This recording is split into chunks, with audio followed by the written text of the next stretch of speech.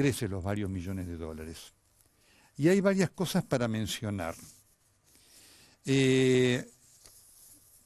Una de ellas es esto del valor, porque fíjense, para venderlo, el arzobispado tenía que pedir autorización al Vaticano por las dimensiones. Entonces, ¿qué se hizo? Se dividieron a las 45 hectáreas en varios segmentos para venderlos cada uno en forma individual por un total de $600.000. De esta manera se evitó el informe al Vaticano. Esto generó un verdadero escándalo. El comprador, según figura en esta escritura que estamos mostrando en forma exclusiva por primera vez, es Fernando Casina, un joven que trabajaba como ingeniero informático vinculado con la Embajada de Malta, obviamente alguien que no tenía la plata para comprar esto. Lo de Malta no es casual, porque la sospecha es que en esto tuvo que ver Esteban Caselli, que fue el hombre que durante los años del menemismo tuvo esta llegada fenomenal al papado de Juan Pablo II a través de un hombre muy cuestionado como Enrique Navarro Valls. Caselli fue el embajador de la Soberana Orden de Malta. Esta venta le produjo, y el otro día lo reconoció acá Monseñor Radrizani, al obispado de Mercedes Luján, una grave pérdida patrimonial. Grave pérdida patrimonial. Y lo mismo, obviamente, en relación a lo que fue la refacción de la Basílica de Luján, eso también está bajo sospecha. Ustedes saben que el primer decreto que Néstor Kirchner firmó durante su presidencia fue el de los fondos para la refacción de la catedral, que obviamente estaba en un estado muy malo.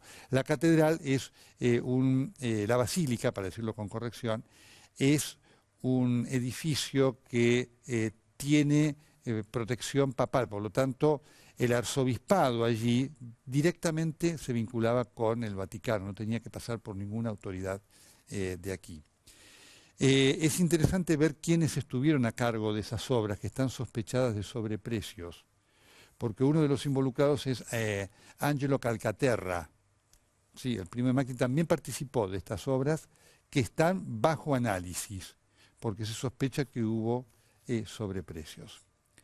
Este es el recorrido de Monseñor Di Monte, que lo hace muy cuestionable desde el punto de vista de sus vinculaciones políticas. Y por eso nos sorprende esta cercanía con Devido, con José Francisco López. Fíjense qué importante lo que nos decía Ana, ¿no es cierto? Él lo conoció ahí a José Francisco López porque estuvo un día y otro día se concelebró el cumpleaños de Monseñor Di Monte con el de la esposa de José Francisco López, ¿no es cierto? Es decir, la trama de la corrupción que va por todas partes y que también llegó a algo que debe ser investigado, como son las obras de refacción de la cátedra de la Basílica de Luján.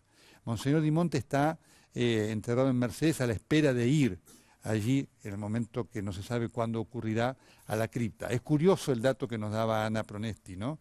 Monseñor Di Monte le dice, somos 2, pero se construyeron 3 criptas por un error de cálculo de curiosa comprensión, porque no eran tantos.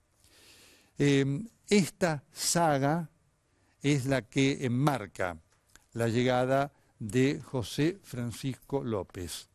No un emblema, un protagonista de la corrupción del kirchnerismo, que tenía llegada a todos los rubros. Esta situación de Monseñor Di Monte en algún momento le había generado un enfrentamiento con el hoy Papa Francisco. Esta es parte de la historia también que tiene que ver con José Francisco López Devido y la corrupción del kirchnerismo, marcando lo que es la condición humana, ¿no? Y desde este punto de vista, de lo que es este costado del Monseñor Rubén Di Monte, hace ciertas aquellas palabras, por supuesto sabias, de San Agustín, cuando hablaba de la Iglesia santa, prostituta y pecadora.